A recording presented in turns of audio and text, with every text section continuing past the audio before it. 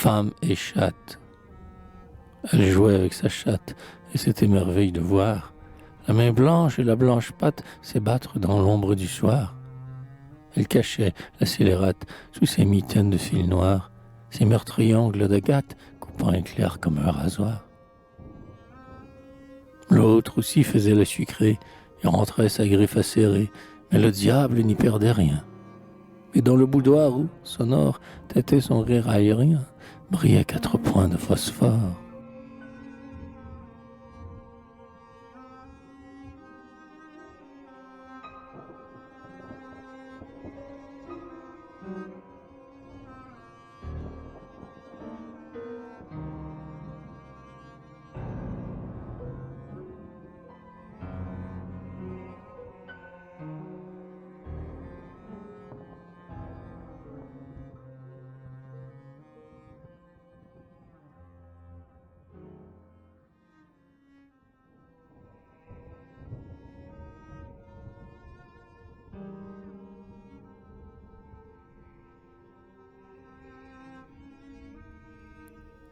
Jésuitisme. Le chagrin qui me tue est ironique et joint le sarcasme au supplice. Il ne torture point, franchement, mais picote avec un faux sourire et transforme en spectacle amusant mon martyr. Et sur la bière où j'y mon rêve mi-pourri, beugle un de profondis sur l'air de Tradéry. C'est un tartuffe qui, tout en mettant des roses, pompant sur les autels des madones moroses, tout en faisant chanter à des enfants de cœur ces cantiques d'eau tiède où se baigne le cœur, tout en amidonnant ces guimpes amoureuses qui serpentent au cœur sacré ces bienheureuses, tout en disant en voix basse son chapelet, tout en passant la main sur son petit collet, tout en parlant avec componction de l'âme. N'en médite pas moins ma ruine, l'infâme.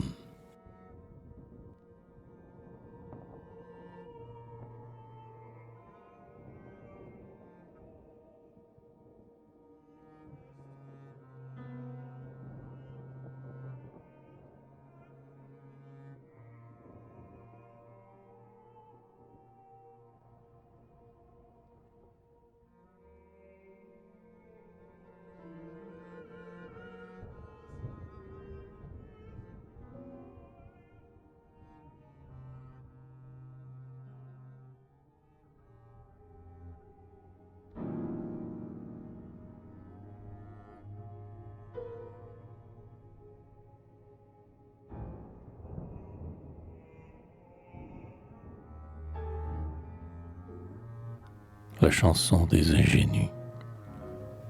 Nous sommes les ingénus, au bandeau plat, à l'œil bleu, qui vivons presque inconnus dans les romans qu'on lit peu.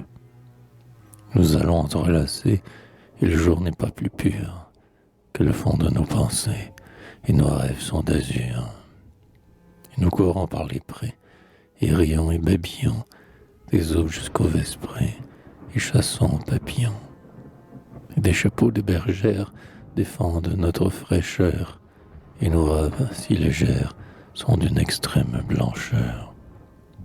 Et avec Jolieu, les caussades et les chevaliers faux-blats, nous prodiguent les œillades, les saluts et les hélas. Mais en vain, et leurs mimiques se viennent casser le nez devant les plis ironiques de nos jupons détournés. Et notre candeur se raille des imaginations, de ces rasures de murailles, bien que parfois nous sentions battre nos cœurs sur nos mantes, à des pensées clandestins, en nous sachant les amantes futures des libertins.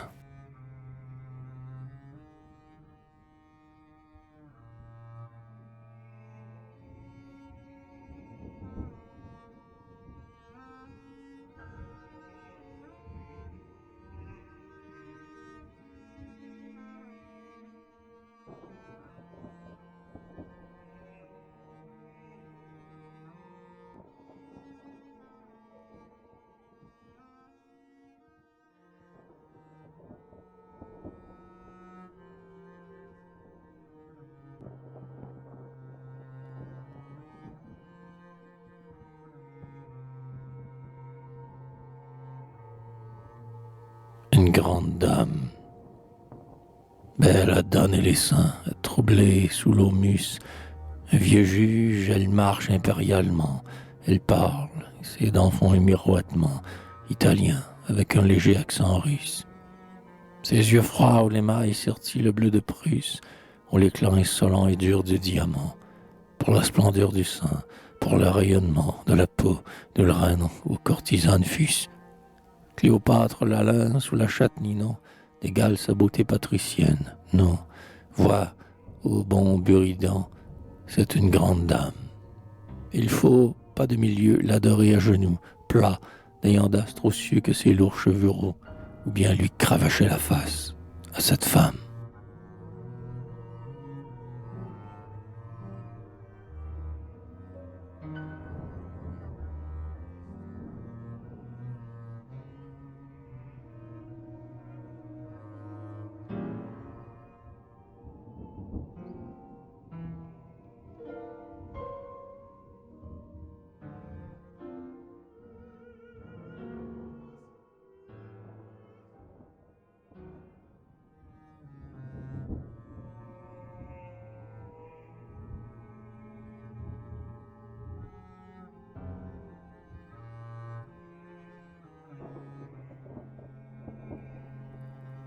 Monsieur Prudhomme, il est grave.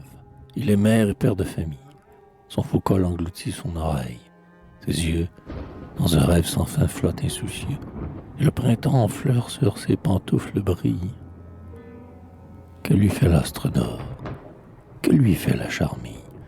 Où l'oiseau chante à l'ombre et que lui font les cieux, et les prés verts, les gazons silencieux. Monsieur Prudhomme songe à marier sa fille. Avec Monsieur Machin, un jeune homme cossu, il a juste milieu botaniste et pensu.